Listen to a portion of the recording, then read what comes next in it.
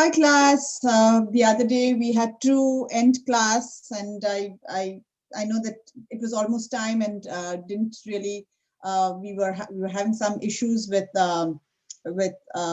moving to our. We moved to Blackboard Collaborate, and we were having some issues with that. So I didn't really get to talk to you and say bye bye or anything like that. But I think we covered most of it. What I want to do is, because I know that you're working on your Persuasive speech outlines, I just wanted to make this video for you and kind of I'll put it on your assignment section on Blackboard, and I think this may be a little helpful for you. So what we did is just a quick recap. I'm not going to make this a very long video. I don't want to do that. But this is a quick recap on what we did in class. So remember, we talked about Maslow's hierarchy of needs, and all of us we talked about topics, that persuasive speech topics that could come out of those needs.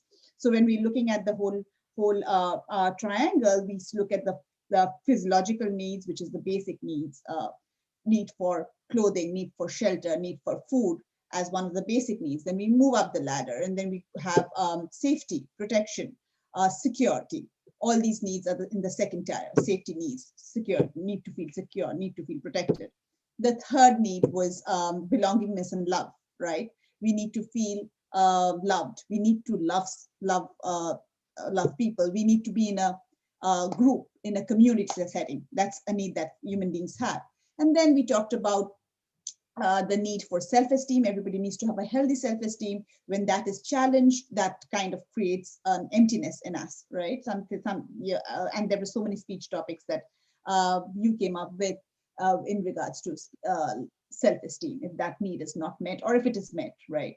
And the last one was self-actualization, where you want to be the best version of yourself. Provided all the other needs are met, everybody has the need to be the best versions of ourselves. And we did this Maslow's hierarchy of needs, and the reason why we talked about it is because I told you that in order to write a persuasive speech, you need to be a psychologist, right? I told you that the first thing that you have to understand is, how do you understand the psychology of the audience? What is it that the audience needs? What is it that they want to hear from you? What is it that is affecting their lives? So you got to think about it as a psychologist, as somebody who understands the mind of the audience very well, as opposed to your profile speech, where I said that it's your self-narrative. It's who you are. That's the most important thing that you need to project in the speech. In your informative speech, I told you to wear the hat of a teacher or an expert.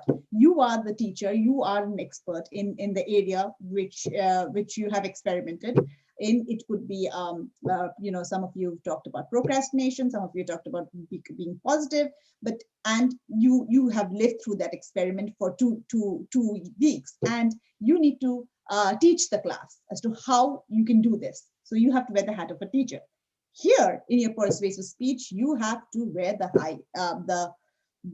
hat of a psychologist, somebody who reads the minds of the audience very well and understands the needs of the audience and is able to zero in on that and create a persuasive speech based on the needs of the audience. Okay, so if you think about it in that way, I think you approach the speech on a strong foot. Okay, so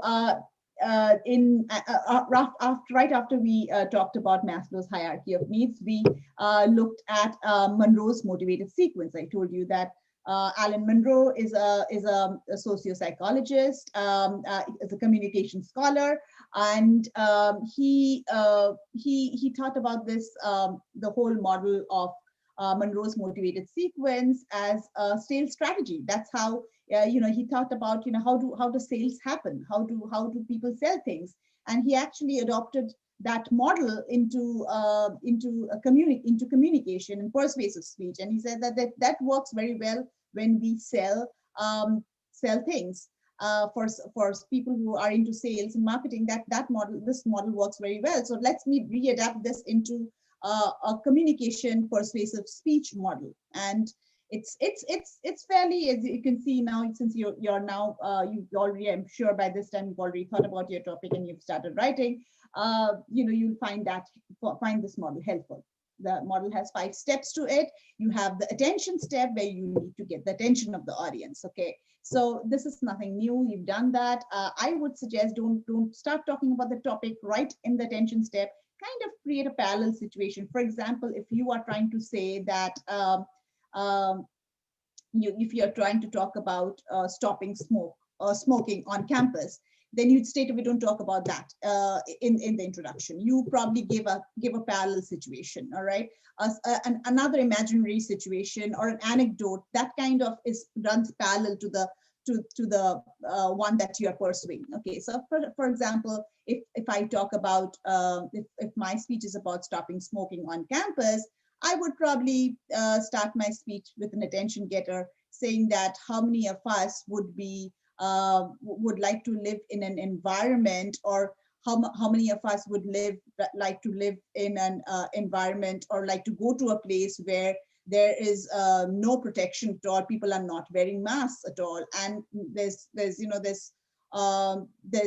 germs all around, and would you like to be in an environment like that? How many of us would feel safe, kind of, making the audience cautious about safety and having a clean environment, and then slightly nicely moving on to my topic, which is stopping smoking on campus, because it may not be the same thing, but the idea is similar, right? So you do these imaginative anecdote stories in the beginning, in the introduction. Strategy is don't talk directly about your topic in the beginning. Okay, kind of create that caution, that sense of urgency in the audience in the beginning, get the attention, and then slightly move on to the need. Okay, then you talk about the need to have a safe environment, the need to have the need to breathe air which is free of toxics. And there could be several more. I'm just giving you an example. The second step is, once you move from the attention to the need step, the need step is the single most important part of your persuasive speech. Okay, so this is where you tell us, this is where big part of your persuasion happens. You've got to establish why what you're speaking, what you're talking about. It could be stopping smoking on campus. It could be stopping the growth of, maybe banning Walmart from growing anymore, or it could be any speech topic that is persuasive speech topic that you're pursuing. Make that need felt. Okay, talk about the problem that can happen if that can happen if people don't listen to you. Okay, or the people don't magnify the problem in every way. All right, I just had a talk with one of your classmates today, and if, let's say, I'm just throwing this example at you. If you're talking about, let's say, stopping Walmart, okay, from expanding anymore, then in the needs section, you have to talk about it from different angles. You talk about it from the financial angle, from the financial / economic angle, how this is not going to be good, from a nationalistic or a patriotic point of view, how we should be supporting our manufacturing industries, and Walmart doesn't. Their suppliers are maybe from some other country.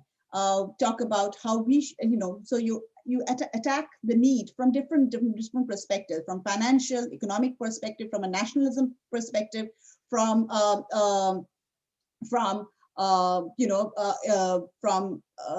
it could be from environmental perspective. So you show them how the topic that you're talking about, how this could be a big problem, and why they need to listen to you. All right, so that's the need, and that's one of the spend major portion of your time there. Okay, I wouldn't say that avoid the rest, but that is a very, very important part of your speech. So that's the need area. The third area is where you come in as the magician, right? You are you tell me what is it that you have in your kitty that you're offering to the audience that will solve their problem, or that will respond to the need that they have. All right. So that's what you do in the need step. And then once you do that, you kind of say that if you adopt my position, it could be my position, my idea, my product, my theory. I'm thinking about it in various ways. Then these are the good things. You move on to visualization. That's the fourth step. So you're moving from attention to need to satisfaction to visualization, where you're talking about you providing some positive pointers for them, right? So telling them that if you adopt my position, or if you use my product, then these are the good things that will happen. And conversely, you can do that if you do not accept my proposal, then excuse me, then these are the negative things that may happen. Okay. So, or you could do like a compare contrast, where you dwell on the negative things, not for too long. No one wants to dwell in negative thoughts for so long, but just enough to kind of create that caution in them, and then you move to your positive things that can come out of adopting your position, buying your products, understanding your theory, adopting your policy. You have it. Okay. And after you do that, then you straight away get into the action step. This is again after need. I think that after need, the action step is extremely important for your audience, because in your informative speech, you're really not asking them to take any action, right? You're just informing them about something that you did, or something that you want to talk about or discussing. We are not really asking them to adopt your position. But here in your persuasive speech, make sure you make sure you hit the nail on the head in the last part of your speech, which is the action. Ask them to take an action. It could be joining a club. It could be buying a book. It could be going to the local congressman and pushing your agenda or your proposal. It needs to be something that the audience does at the end of your speech. Okay, so it's exactly like how I mentioned to you with the informative speech. It's like a goodie bag. Okay, what do you have? Okay, at the end of the speech, they need to now act on it, do something that will create an impact. Okay, so the action step is very important. So having said all of this, class, what I'm going to do is few things. For your homework, I know that you're supposed to turn it in by November 7th, which is today, by 5 p.m. I am extending it. The reason for my extension is that we had that confusion that day. Was totally uncalled for, not anyone's fault. It was we got hacked, and now, by the way, I have a waiting room system, so no one will be able to come to our class without no stranger will be able to come to our class. So that's not going to happen anymore. But yeah, it'll be a waiting room system, but which is not bad. I mean, you just have to wait, and I'll admit to you. Okay, so yeah, so that's for this assignment. What do you have to do? Do you have to just give me pointers? No. For this assignment, you need to give me a persuasive speech topic that you are pursuing. Okay, so it needs to be a fully developed topic. Okay, and then you give me an attention step, have maybe 100 words there. Give me a need step, have about 200 words there, well, about 150 words there. Satisfaction, 100 words, or maybe 50 words. Okay, yeah, around, because you don't have a whole lot of time for your speech. You just have about 5 minutes. And then visualization, give me about 100 to 150 words, and then action step, maybe another 100 words. So in other words, you can change the number of words here and there. The need needs to be developed. So make sure you focus on that one really well. And then of course, you talk about your action step, all right? So it needs to be 500 words, roughly. If you're able to fit in like 600 words in 5 minutes and not really speed through your speech, or not really go very slow, then that's fine. Okay, so 600, it doesn't matter, as long as you are comfortably giving your speech in 5 minutes, all right? Okay, so what I have done here is I'm extending the deadline for you. You can submit it on by tomorrow, by 5 p.m. tomorrow, so you still get some time. So there should be no confusion regarding the assignment now. I'm going to change it.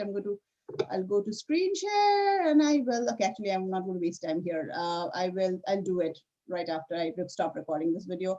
So I will, 1 second here. Why not? I mean, 1 second, I think it's logged me out. Okay.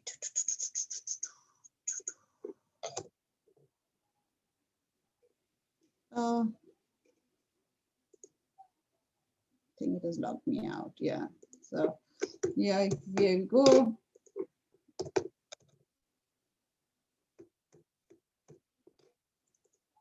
Here.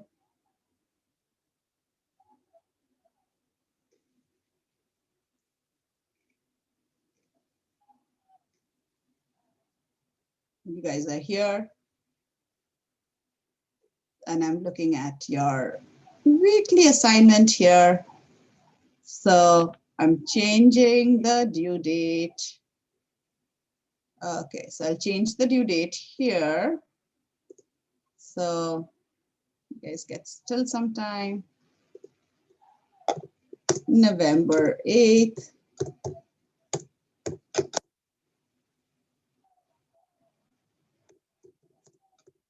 5 p.m. And I will put this link as well. I will put my link of this video here. And what else should I be doing? So yeah, so I will also put a link here. Yeah, I think this is a good link for you to put the link here as well.